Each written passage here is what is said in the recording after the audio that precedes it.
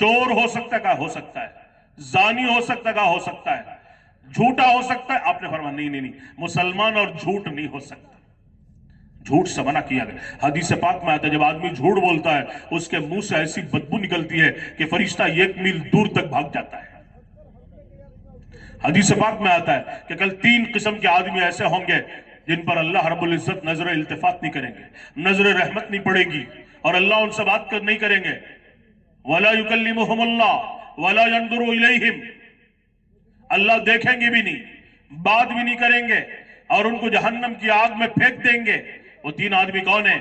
آپ نے فرمایا المنان، نیکی کر کے جتلانے والا۔ منان کسے کہتے ہیں؟ احسان کر کے جتلا۔ منان نیکی کر کے جتلا رہا ہے، یعنی کسی پر احسان کر کے جتلا رہا ہے، کسی کو کچھ دے دیا، یعنی کسی غریب کو، مثلا رشتہ دار کو کچھ دے دیا، وہ غریب تھا، اس کی مدد کر دی، 5-10 ہزار دے دیے، اور جب سب لوگ جمع ہو گئے خاندان کے، سب کے سامنے کہہ رہا میں نے اس کو 5 ہزار دیے تھے، 10 ہزار۔ احسان کر کے جتلانا، اس سے اس کا دل ٹوٹے گا اور اللہ اس سے ناراض ہو جائے گا۔ احسان کرو تو اسے چھپاؤ، احسان کر کے جتلانے والے سے اللہ بڑے ناراض ہوتے ہیں۔ دوسرا فرمایا جھوٹی قسم کھا کے سامان بیچنا، اپنے سامان کو بیچنے کے لیے قسمیں کھانا، جھوٹی قسمیں، اللہ پاک ان سے بڑے ناراض ہوں گے، نہ دیکھیں گے نہ بات کریں گے، جہنم میں ڈالیں گے۔ تیسرا مسبل ازار، ٹخنے کے نیچے پیجامہ لٹکانا، یہ سب لوگ جن سے اللہ بڑے ناراض ہوتے ہیں۔ اور تجارت میں جھوٹ اللہ کو بالکل نہیں پسند۔ حضرت عبد الرحمن بن عوف رضی اللہ عنہ بڑے تاجر، بڑے تاجروں میں سے، بہرحال اس کی تفصیل میں نہیں جاؤں گا۔ ان کی تجارت کے 4 اصول تھے، زندگی میں کبھی ادھار نہیں خریدا اور ادھار نہیں بیچا، اور کبھی عیب بتائے بغیر سامان نہیں بیچا، اور کبھی اسٹاک کر کے نہیں رکھا۔ اللہ پاک نے اس کی وجہ سے ایسی برکت ڈال دی کہ جب دنیا سے گئے 3 ارب 10 کروڑ 20 لاکھ دینار، یعنی سونے کے اشرفیاں چھوڑ کے گئے، اور بھی بہت چھوڑا ہے۔ تو بہرحال اللہ تعالیٰ برکتوں کے دروازے کھولیں گے۔ ہم اپنی تجارتوں سے نہیں پلتے، اللہ پالتا ہے۔ ہم اپنی ملازمتوں سے نہیں پلتے، اللہ پالتا ہے۔ ہم اپنی حکومتوں سے نہیں پلتے، اللہ پالتا ہے۔ وَفِي السَّمَاءِ رِزْقُكُمْ وَمَا تُوعَدُونَ، جس رزق کا تم سے وعدہ کیا گیا وہ زمینوں میں نہیں، وہ تو آسمانوں میں ہے۔ روزی کے قرآن کریم میں 90 آیتوں میں اللہ نے وعدے کیے ہیں کہ روزی میرے ذمہ ہے۔ وَمَا مِن دَابَّةٍ فِي الْأَرْضِ إِلَّا عَلَى اللَّهِ رِزْقُهَا وَيَعْلَمُ مُسْتَقَرَّهَا وَمُسْتَوْدَعَهَا إِنَّ اللَّهَ هُوَ الرَّزَّاقُ ذُو الْقُوَّةِ الْمَتِينُ وَفِي السَّمَاءِ رِزْقُكُمْ وَمَا تُوعَدُونَ۔ تو اس طرح کی جتنی 90 آیتیں ہیں جس میں اللہ نے روزی کے وعدے کیے ہیں کہ روزی کا مالک تو میں ہوں۔ یہ ایک جگہ شیطان نے دھوکہ دیا اور فقر سے ڈرا دیا کہ اللہ کے راستے میں خرچ نہ کرو اور اللہ کی راہوں میں نہ جاؤ، جان مال نہ لگاؤ، فقیر بن جاؤ گے۔ ہمارے بزرگ تھے اقبال صاحب رحمت اللہ علیہ، اور فرماتے تھے تشکیل کے موقع پر شیطان سمجھاتا ہے ہرگز نہ جاؤ، اگر تم چلے جاؤ گے تو بیوی کا کیا ہوگا، بچوں کا کیا ہوگا، کاروبار و گھر کا کیا ہوگا۔ وہ کہتے ہیں اس مردود شیطان سے پلٹ کے کہو، اس لیے کہ فقر و فاقے سے ڈراتا ہے۔ الشیطان یعدکم الفقر ویأمرکم بالفحشاء، فحش کی دعوت دیتا ہے وہ۔ تو اس سے پلٹ کے یوں کہو کہ خدا نہ خواستہ اسی حال میں میری موت آ گئی تو میری قبر کا کیا ہوگا، میرے حشر کا کیا ہوگا، میری آخرت کا کیا ہوگا، میرے اللہ کی رضا کا کیا ہوگا، اور میرے نبی کا مجھے آمنا سامنا کرنا ہے اور میرے نبی کو اپنا چہرہ دکھانا ہے، اس کا کیا ہوگا۔ یہ اصل چیز ہے۔ تو اسی لیے آدمی فکر مند بنے کہ مسئلوں کا حل اللہ کے ہاتھوں میں ہے اور روزی اللہ کے ہاتھوں میں ہے۔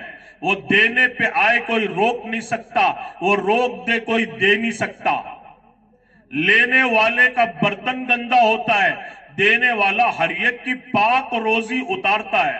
ہمارے حضرت مولانا یونس صاحب تھے رحمت اللہ علیہ، پونا والے، اور فرماتے تھے کہ لینے والے کا برتن گندا ہوتا ہے، دینے والا تو پاک روزی آسمان سے ہر ایک کی اتارتا ہے۔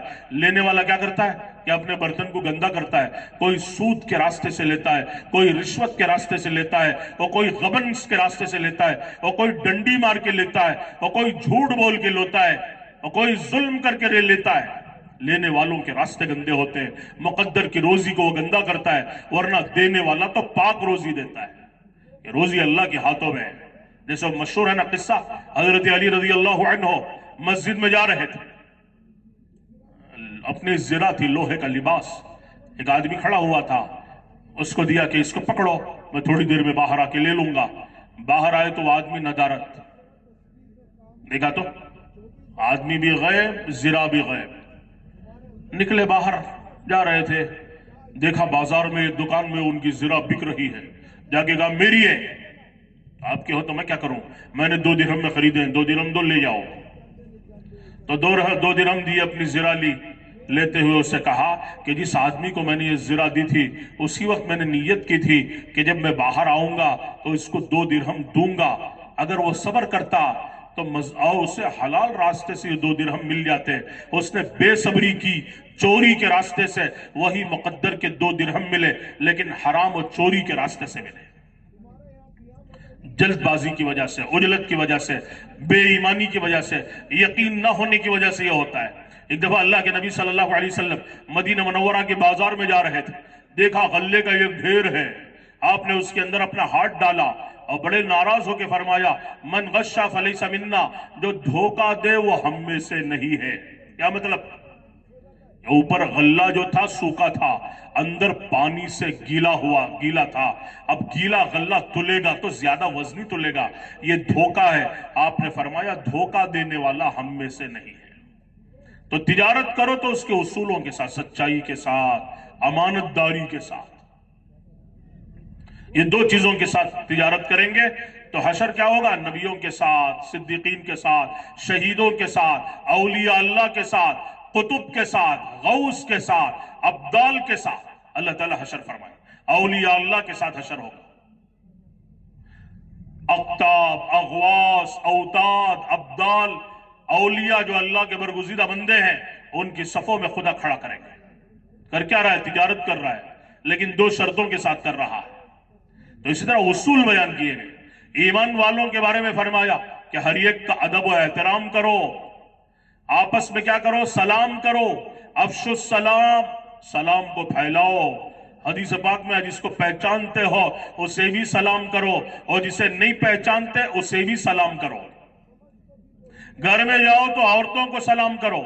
علامات قیامت میں سے لکھا ہے کہ لوگ قیامت کے قریب جان پہچان کے لوگوں کو سلام کریں گے، انجانوں کو نہیں کریں گے۔ یہ قیامت کی علامت ہے۔ اصول کیا ہے کہ جسے پہچانتے ہیں اسے بھی کرنا چاہیے، نہیں پہچانتے اسے بھی کرنا چاہیے، عورتوں کو بھی کرنا چاہیے۔ بعض لوگ کہتے ہیں عورتوں کو کیسے کرے، شرم آتی ہے، لوگ کہیں جورو کا غلام ہے، حالانکہ یہ اللہ کے نبی کی سنت ہے۔ اب گھر میں داخل ہوتے سلام کرتے ہوئے داخل ہوتے، دعا پڑھتے ہوئے داخل ہوتے۔ سلام کا کیا مطلب؟ سلامتی ہو تم پر، اللہ کی رحمتیں ہو اور اللہ کی برکتیں ہو۔ ہم نہیں چاہتے کہ بیوی بچوں کو دعا دیتے ہوئے داخل ہو، جھگڑا کرتے ہوئے نہیں شرماتے، سلام کرتے ہوئے شرماتے۔ کیوں بھی بیویوں کو بھی سلام کریں گے یہ نہیں کرتے؟ ہاں، اللہ کے نبی صلی اللہ علیہ وسلم کی سنت ہے نا۔ ایک نوجوان آیا ہمارے بزرگ کے پاس، کہنے لگا حضرت کوئی وظیفہ دیجئے، کوئی نسخہ دیجئے، جب سے شادی ہوئی بربادی ہی بربادی، ہمیشہ جھگڑا ہی جھگڑا ہے، پتہ نہیں بڑی بھوتنی سے نکاح ہو گیا ہے، ہمیشہ جھگڑا ہے، چڑیل ہے۔ نوجوان ہے، مجھے بھائی جھگڑا کیوں؟ کہا جھگڑا ہے حضرت، مزاج اس کا سخت ہے، جھگڑا ہے۔ کہا کبھی بیوی کو کھانا کھلایا، لقمہ ڈالا منہ میں؟ کہا نہیں ڈالا۔ کہا لقمہ ڈالنا بھی اس کے منہ میں سنت ہے، اس سنت پہ عمل کرو، پھر مجھے فون کرو۔ تو وہ چلا گیا، پھر چند دن کے بعد فون کیا، حضرت کوئی نسخہ دے، وظیفہ بتائیں، جھگڑے ہی ختم نہیں ہوتے، بڑا جھگڑا ہے۔ تو مولانا نے ان سے کہا اچھی بات ہے کہ جو میں نے تمہیں بتایا تھا بیوی کو لقمہ بنا کے کھلانے کا، کھلایا؟ کہا نہیں کھلایا۔ کیوں؟ کہا شرم آتی ہے۔ کہا جھگڑا کرتے ہوئے گالی گلوچ سے شرم نہیں آتی؟ آج کھلاؤ پھر بتاؤ۔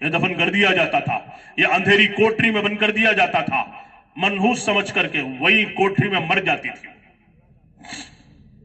لیکن اسلام آیا تو فضائل بیان کیے، بیوہ کی شادی کی بھی فضائل بیان. تو بہرحال میں عرض کر رہا تھا کہ ماں کے روپ میں ہے تو کیا مقام ہے. کتاب البر والصلہ میں علامہ ابن جوزی رحمت اللہ علیہ کی کتاب ہے جس میں معاشرت کے بڑے پیارے حدیثوں کو انہوں نے جمع کیا ہے. علامہ ابن جوزی بڑے علماء میں سے ہیں. علامہ ابن تیمیہ خود فرماتے ہیں کہ میں نے علامہ ابن جوزی کی 1200 کتابوں کا مطالعہ کیا ہے. یعنی علامہ ابن جوزی 1200 کتابوں کے مصنف ہیں، ان کی میں نے 1000 کتابوں کا مطالعہ کیا ہے. بیٹھ جائیں بھی انشاءاللہ 10-15 منٹ پہ بات ختم ہو جائے گی. بیٹھے اطمینان سے بیٹھیں. اب تک ماشاءاللہ بڑے ہی اطمینان کے ساتھ آپ حضرات بیٹھے رہیں، اسی طرح بیٹھے رہیں، پھر ضروریات کے لیے بھی وقت دیں گے انشاءاللہ. تو میں کیا عرض کر رہا تھا، اس میں انہوں نے حدیث بیان کی ہے کہ اللہ کے نبی صلی اللہ علیہ وسلم نے فرمایا کہ کاش کہ میری ماں زندہ ہوتی اور میں عشاء کی نماز مسجد نبوی میں پڑھا رہا ہوتا، عشاء کے مصلی پر ہوتا، سورہ فاتحہ پڑھا رہا ہوتا، اور حجرے سے میری ماں اگر مجھے آواز دیتی یا محمد، تو میں ماں کی خاطر نماز کو توڑ دیتا. پہلے ماں کا جواب دیتا، ماں سے پوچھتا اماں جان کیا ہے، نماز بعد میں پڑھا تھا. اسی لیے ایک حدیث میں آپ نے فرمایا لو کان جریج فقیہا لعجاب امہ. بنی اسرائیل کے ایک بڑے عابد تھے جریج نام کے، ان کے بارے میں آپ نے فرمایا اگر جریج فقیہ ہوتا تو وہ اپنی ماں کا جواب دیتا. یعنی وہ عبادت خانے میں عبادت میں نماز میں تھے، ماں نے آواز لگائی کئی دفعہ، نماز میں کھڑے رہے، ماں نے بد دعا کر دی اللہ تجھے کسی فاحشہ کے فحش میں پھنسا دے. اب اس کا نتیجہ ایسا ہوا، لمبا تفصیلی قصہ ہے حدیث میں، کہ جس کی وجہ سے کتنی بڑی مصیبت آئی اور مرتے مرتے بچے ہیں. تو اسی پر آپ نے فرمایا جریج فقیہ نہیں تھے، اگر وہ فقیہ ہوتے تو ماں نماز کو توڑتے، ماں کا جواب دیتے. یہ مقام بیان کیا ہے. ایک دفعہ ایک بوڑھی عورت آپ سے ملنے کے لیے آئی، آپ نے دور سے دیکھا تو آگے بڑھے، دوڑ کر کے استقبال کیا اور کندھے سے چادر اتار کے نیچے بچھا دیا اور اس چادر پر ان کو بٹھایا اور ان کے ساتھ بیٹھ گئے. بہت دیر تک وہ باتیں کرتی رہی، آپ سنتے رہے. جب وہ جانے لگی تو آپ کھڑے ہو گئے اور دور تک لے جا کر رخصت کیا اور چھوڑ کر کے واپس آئے. جو نہیں پہچانتے انہوں نے پوچھا یہ کون بوڑھی عورت ہے؟ دونوں جہاں کے آقا، اتنے بڑے نبی جن کے لیے امت مر مٹ رہی ہے، وہ ایک بڑھیا کا اتنا استقبال کر رہے ہیں. آخر یہ بوڑھی کون ہے؟ کہا کہ یہ آپ کی رضاعی ماں حضرت حلیمہ سعدیہ رضی اللہ عنہا ہے. جب رضاعی ماں کے ساتھ یہ سلوک تو سگی ماں کے ساتھ کیا ہونا چاہیے. حج کے موقع پر تشریف لے گئے، مقام ابوا پر سیدھے اوپر پہاڑوں پہ ماں کی قبر پہ 60-70 ہزار صحابہ آپ کے ساتھ ہیں. ماں کی قبر پر گئے، گھٹنوں میں سر دے کر گھنٹوں روتے رہے. 57 سال پہلے ماں کا انتقال ہوا تھا. مدینہ منورہ سے واپسی پر مکہ جاتے ہوئے ابوا میں، تو لہذا وہ پورا منظر سامنے آ گیا. پوری رات روتے رہے، گھنٹوں روتے رہے اور بتایا کہ ماں کا کیا مقام ہے. علامات قیامت میں سے آپ نے فرمایا، مشکات شریف کی پہلی حدیث کتاب الایمان میں، ترمذی کے حوالے سے وہاں نقل کی ہے حدیث جبریل، اس میں علامات قیامت بڑی باتیں اس میں ہیں. آخر میں بات علامت قیامت میں سے بات یہ بھی لکھی ہے کہ لڑکے تو انتلد الامت ربتہا، لڑکے تو لڑکے، لڑکیاں بھی، بچیاں بھی ماؤں کی نافرمان بن جائیں گی. ہمارے بزرگ فرما رہے تھے ایک دفعہ ایک جوان بچی نے اپنی ماں سے کہا اپنی بکواس بند کرو. اس پر ماں کے موٹے موٹے آنسو گرنے لگے. یہی وہ آنسو ہیں جو قیامت کو لائیں گے. کیا کچھ چند پیسے کمانے والے بن گئے، کالجوں میں جانے والی بنی، اسکولوں میں چلی گئی، کالجوں یونیورسٹیوں میں، سافٹ ویئر کمپنیوں میں چلی گئی. اب ماں باپ کو آنکھیں دکھا رہی ہیں.